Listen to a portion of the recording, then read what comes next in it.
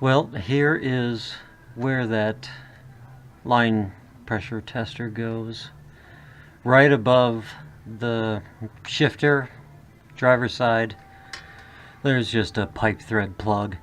So I put that 90 on there so I wouldn't hit the exhaust with it. And we were able to take it around for a spin. Pressures are okay. What were you, 75 and 110-ish, 100. But second gear is still soft. We are going to go in to the pan after the 1-2 accumulator. So luckily I already put a drain plug in this thing so we can drain it off of there. You can see she's a little schmooey, but whatever. It's the underside. So we're going to drop the pan off of here, drain some oil, and then we'll start looking at the 1-2 accumulator, which is, I believe, right there. Alright? I'm not going to outline how to drop a pan. It's a friggin' messy mess. So, stand by. That guy right there. That's the 1-2 accumulator. And above it is the 2-3 accumulator. So there's a couple bolts that hold that guy on. And then this little piece of tinny thing right there. That came with a shift kit. That's apparently called a guppy plate. No yo guppy. Reverse. Inversion. Something or other. Whatever. I'm not sure what that's supposed to do. But it's in there. So he was in there. And put some type of shift kit. But that accumulator probably still has the stock caddy spring in it. So we can get that online. Another gasket for this housing. And even a replacement pin and a piston and all that fun stuff. So I'm going to drop that off of there. And we'll see you peek inside. Alright, well here's what came out.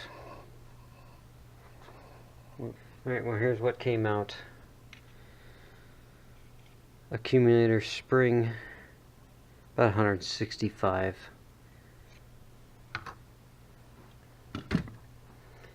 And it's relatively loose in there. Doesn't really... See, that's a little concerning, because here's the port that goes to the top, right? So I can block that. Put that on there, and she just falls.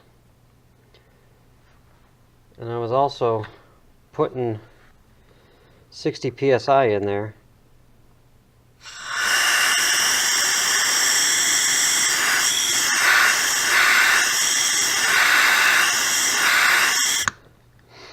So I think that's what's happening, is we're just friggin' leaking everywhere on that guy.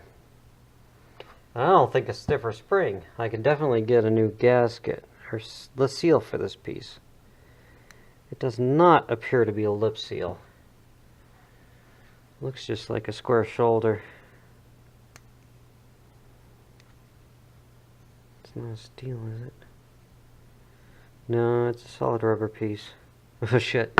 Maybe he didn't even replace it. Let me find a pick.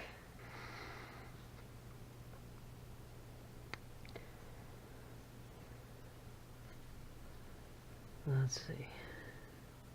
Yeah, right. Wash this thing and it's still slippery. That is hard. I don't know if he actually replaced that or not. Well, I'm sure I can get that. Alright. Well, we gotta get that. That's alright. We're in. So I can get a new spring. Apparently they have a pin, an oversized pin, and a reamer kit to ream this hole to resize it so it doesn't just slide on there. Because if it's holding oil pressure, it can't friggin' let it by, or else the servo doesn't get full oil pressure because it's leaking out of this thing. Right? Okay. Well, there we go. we'll dork with this. I'm gonna go source some parts. You know what? I didn't see a gasket on that. Let me go look. No, there was a gasket in this shape. It was stuck in on the transmission, so. Alright. Do a little bit more Googling. Start sourcing some parts for this thing.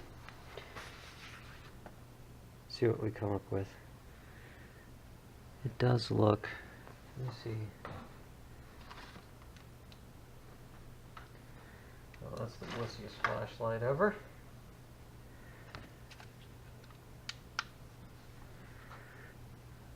See if you can see that. Does look a little chowdery in there.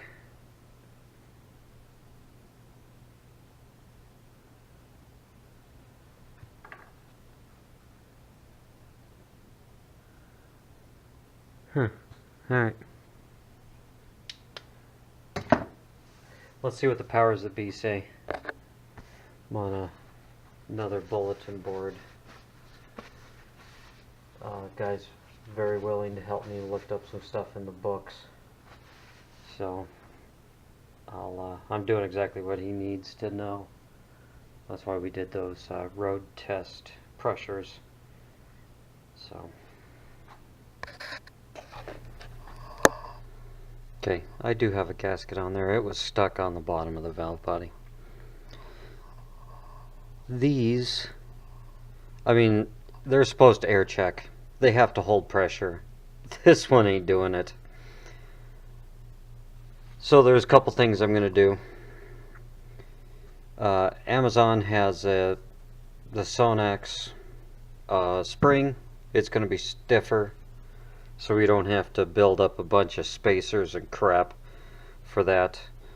One guy suggests I restrict this with like a 1/8 inch hole. So I'm going to work on that. I'm going to think of how to do that. Another thing, I took the seal off of this piston, put it down in the bore, and rock it back and forth. There's a definite good rock. So what it's doing is it's leaking around the pin. I found a kit. I gotta buy a couple of pins, but it comes with a reamer. It's an oversized pin, and then you ream this to size again to catch that. I also found a Teflon seal, so it ain't gonna be hard. This is like a hard plastic. Either that or it used to be rubber and it was never changed out. So we got those on order, and we'll go from there. We'll build this thing back up. This, I am confident, is going to take care of that sluggish 1-2 shift, simply because the dang thing couldn't build up pressure because this was leaking. I am not going to bypass this. I think that's asking for trouble, mainly because the rest of the transmission ain't built up enough to handle a really, really hard shift. So we're gonna fix this instead of breaking other parts in the transmission. One thing I might do is I'll drill and tap this out to say 1/4, and let's see, what size is it. Yeah, I can drill and tap that out to 1/4 20. It's a little loose, but I can get an aluminum bolt, run that down in there, and then run an 1/8 inch hole through it to slow restrict the fluid in there. That might be an option. Beyond that, it's going to be putting it back together. Got to wait a couple days for parts and stuff. So we'll go down and help my brother put his motorcycle back together. Vroom, vroom, and he can go riding around. And we'll finish this thing. Yeah, you kind of peeked at it when I was playing with the plasma cutter. My little teardrop trailer I've been building this year. So, alright, you guys take care and have a good springtime. Don't forget to set your clocks back. Well, today is tomorrow, and the brown Santa has delivered. That's that hard plastic gasket that we removed. And I got a couple extras, but they're the same. So I'm not sure if that's going to be the solution or not. And then some guys say you can cut these maybe into quarters, and then another little bit more than a quarter to make it really stupid tight in there. On the right is that new Sonax spring that I ordered. It's a bigger, and it's got more coils, so she's going to be a bit stronger. A couple extra gaskets, a filter, and then this little guy right here, TV boost valve. So this one's got a bigger diameter in it, so that should raise my line pressures. Couple extra gaskets, a new filter, of course, why not, because we're in there. I already brought the housing and the pin kit to work. Going to use the manual mill to ream that piston and insert the new pin for it. And we're going to try a new gasket on it. And if that doesn't do it, then we're going to try to do some other monkeying with it.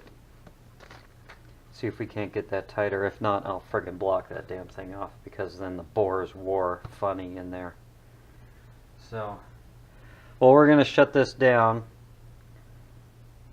I'll try to vid the pin stuff. That'll be kind of interesting. Probably have to wait until later this week and do that. In the meantime, of course, I've hurt myself working on the one of the daily drivers blew an intake gasket and spewed all the coolant out of it. And then, of course, dead Chevelle. And of course, we can't get anywhere without a power steering pulley.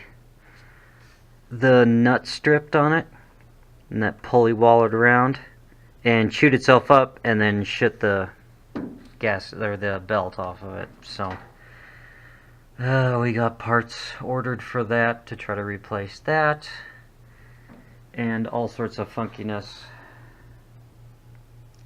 So we'll continue with this project here as we can. I gotta read the instructions on this guy.